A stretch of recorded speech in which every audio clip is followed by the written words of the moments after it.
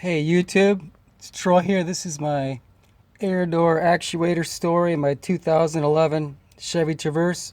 You notice the old actuator is out. It's because my wife sitting up in the front had hot air pulling out of that vent and this vent up in the front when the rest of the car had air conditioning. So I went to the dealer, and you've heard the story, $1,000 to tear up the dash, change the actuator. So I watched your videos, took out the glove compartment, went in through there, and you're gonna see the spot back in there, the middle auxiliary spot's empty in there. And it was quite hard to get. First two, that screw right there we'll call the 1, and this screw over here is 2. The first 2 I was able to take with this little tool here. Nice little $2 tool. It's got a magnetic base in there for the T20 bit to fit in there nicely, and I tied a string. You can see the string. I tied the string down to that wrench in case I dropped it in there. I'd be able to retrieve it. And that wasn't so hard. The third screw here was concealed back behind this metal part and plastic. It was really hard to get to, so I've had this nice little screwdriver here with an extendable neck.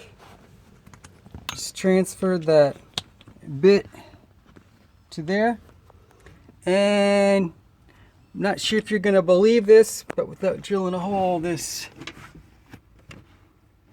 I went right through that little hole. So you're gonna see that little hole. I went back through, and just enough light, I was able to see that screw and get it off. And I was loosening that third screw, and I pulled it out. I'm like, oh no, I lost the screw. Well, hallelujah, baby. This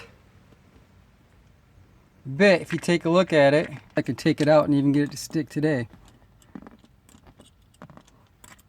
There we go. Now you see it sticking. That's how I pulled it out. It like swapped around, fell, and stuck to the end of my screwdriver. So thankfully I got all through right now. Let's try to check out our new one, see if I can get the new one in. So here's the new actuator.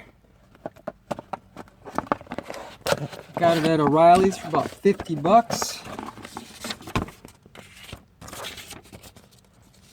It's got a little bit of instructions there.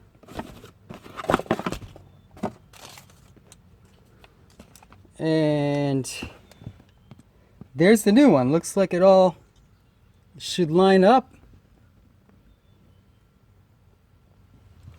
Let's see if we can get it in. I'll be right back. Alright YouTube, we got 2 of the screws in. I haven't even looked in there myself. See, there's the top one. And I couldn't really see what I was doing because it's so small of a spot. I think I got the second one in. And you notice maybe a little bit of tape up in there on the top one. What I did is put a piece of tape around the bit and the screw. This one here's magnetized a little bit,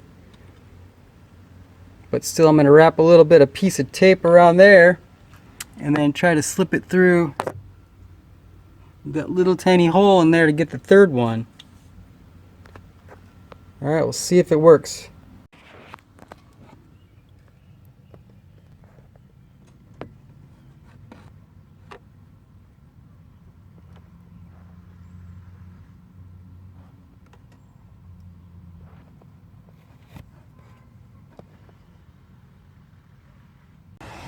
Alright guys, we're going to go in there and do the test. We're going to do the test now to we'll show whether or not the actuator blend door is actually working. We're going to crank up the heat. Now we're going to turn the air conditioning on and see if the door moves from hot to cold that we just put in. So we got the heat cranked at 90 degrees over there in the passenger. Check out the position.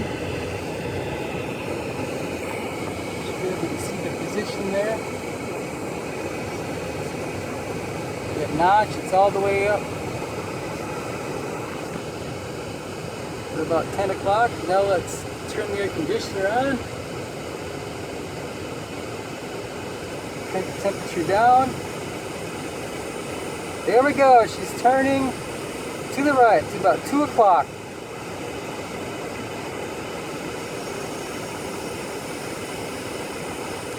It's exactly what we want right there.